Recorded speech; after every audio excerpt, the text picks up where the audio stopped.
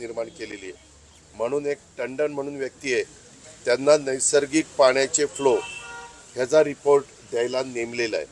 आम्ही 2 एजन्सी नेमल्या, ह्या टंडनला एक नेमलं आहे आणि दुसरं आपलं जलसंपदा विभागाचे आपले गुणाले म्हणून नवीन ईडी आलेले आहेत.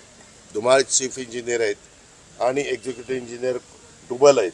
त्या सगळ्यांशी संपर्क साधून डुबल तिथं होते, त्यांना त्याची पाहणी करायला सांगितली आणि नैसर्गिकदृष्ट्या पावसाचं पाणी पडल्यानंतर ते पूर्वीच्या काळामध्ये कुठल्या ओढ्या नाल्यांनी जायचं आणि नदीला मिळायचं त्याचा सगळा सर्वे करायला सांगितलेला आहे.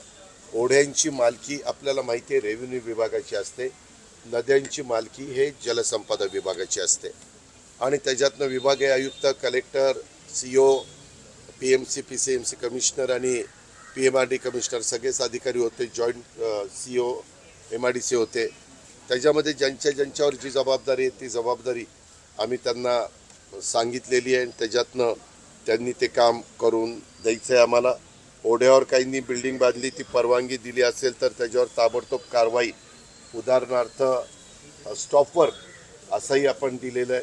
काही कामं थांबलेली तुमच्या पाहण्यात तिथं तुम्ही सकाळी होता ते बघितलं असेल.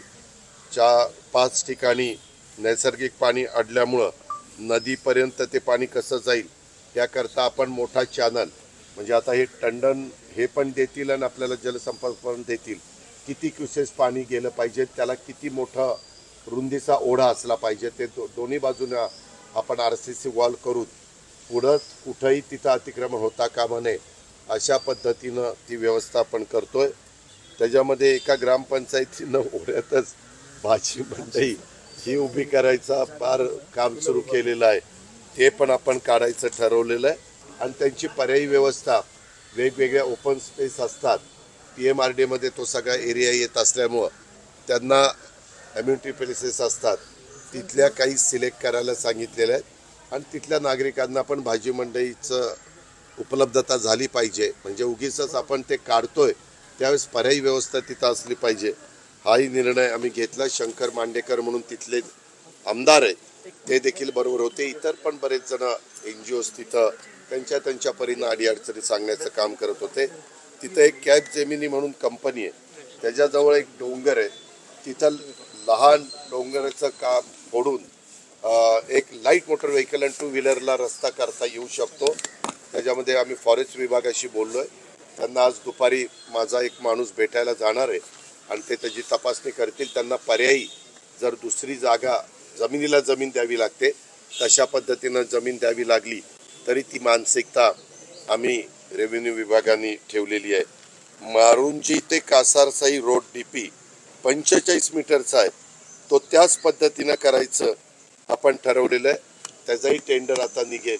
हे रोड मोठेच्या मोठे जे DPमध्ये आहे ते तसंच करायचं असं ठरवलं आहे. तिथल्या स्थानिक लोकांनी पण सांगितलं की आम्ही यामध्ये पूर्णपणे सहकार्य करायला तयार आहे. हिंजवाडी ते शिवाजी चौक येथे ग्रेड सेपरेटरच्या बद्दल मी मगाशीच सांगितलं, अनेक ठिकाणी ग्रेड सेपरेटर तिथं जुना मुंबई पुणे बेंगलोर जो रस्ता आहे तो रस्त्याला आपण वरून एक फ्लायओव्हर करणार आहे आणि तिथनं साधारण खाली 5 लेन जायला 5 लेन यायला, वरनं 3 लेन जायला 3 लेन यायला असं ते करणार आहे. परंतु पहिल्यांदा त्याच्याकरता सर्व्हिस रोड रुंद मला वाटतं 12 मीटरचा दोन्ही बाजूला, ते 12 असं मीटरचा, त्या पद्धतीनं मला वाटतं कॉन्क्रीटचा करायचा ठरलेला आहे. कुणाचा राग कुणावर काढतोय तर त्यामध्ये आपल्याला त्या काम झाल्यानंतर आपण मधल्या फ्लायओव्हरचं काम सुरू करणार आहे. मी मगाशीच सांगितलं, लक्ष्मी चौकामध्ये भक्तिशक्तीसारखा ब्रिज तयार करायचं ठरवलेलं आहे. हिंजेवाडी चौकाचं ग्रेड सेपरेटर सांगितलं.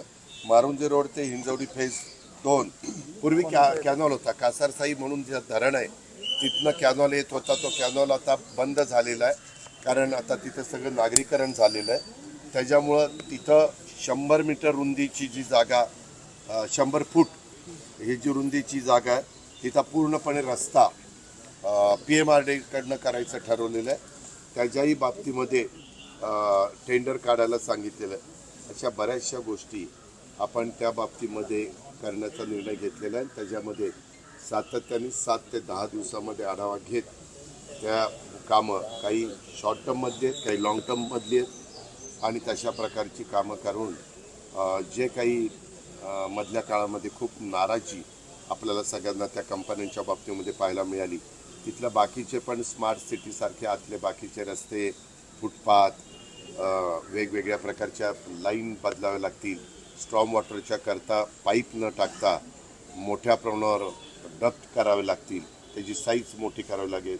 जे जलसंपदा आणि टंडन ते देतील त्या प्रकारे असंही आम्ही ठरवलेलं आहे. आज आम्हाला महावितरणचे चीफ इंजिनियर भेटले आणि त्यांनी सांगितलं MIDC ज्यावेळेस होत होती त्यावेळेस आम्ही आमची केबल आतनं टाकलेली आहे आणि आता त्याच्यावर कॉन्क्रीटचा रस्ता झालेला आहे. पुढं कधी ती केबल बस झाली तर संपूर्ण रस्ता खोदावा लागेल. त्यापेक्षा तुम्ही आता रस्ते रुंद करताय, स्ट्रॉंग वॉटर काढून देण्याचं काम करताय, ओढे सगळे मोकळे करताय. जिथं कुठं बांधकामं झाली असतील तर ती बांधकामं ओढ्याचा प्रवाह खुला करण्याच्या करता पाडायचा पण निर्णय आम्ही घेतलेला आहे. आणि त्याकरता म्हणले आम्हाला वेगळा डक करून द्या. स्ट्रॉंग वॉटरच्या करता वेगळा असेलच, परंतु आमच्या पाईपलाईन ड्रिंक वॉटरच्या असतील, त्यांच्या केबलच्या करता असतील, त्याच्या इतर वेगवेगळ्या सर्व्हिसेस ज्या असतात, इवन गॅसची पाईपलाईनच्या बद्दल पण आज ती चर्चा झाली.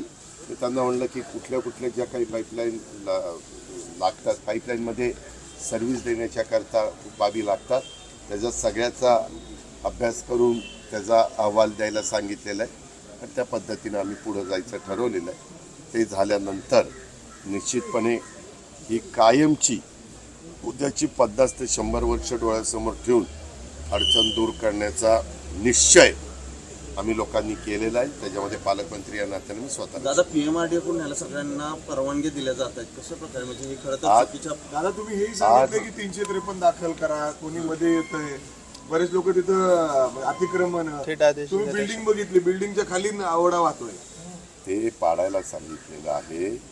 जर कोणी आडमुठेपणाची भूमिका घेतली तर तिथं 353 दाखल करा असं सांगितलं. पहिल्यांदा त्यांना समजावून सांगा, त्यांना आपला DPचा प्लॅन दाखवा, तिथं रोडची साईज काय आहे ती दाखवा आणि उद्याच्याला हे रोड झाल्यानंतर ज्यांच्या आजूबाजूचे खाजगी लोक असतील, शेतकरी असतील, इतर सहकारी असतील, त्यांच्या जमिनीचे पण दर हे वाढतात, हे आपल्यालाही सगळ्यांना माहिती आहे. पण आत्ता हे रोड रुंद करत असताना यदा कदाचित ज्या कंपन्यांनी वॉल कंपाऊंड केलेलं आहे तिथं त्यांना कदाचित आत सरकावं लागेल. तेही पण MIDCच्या डेप्युटी CEO ला सांगितलेलं आहे.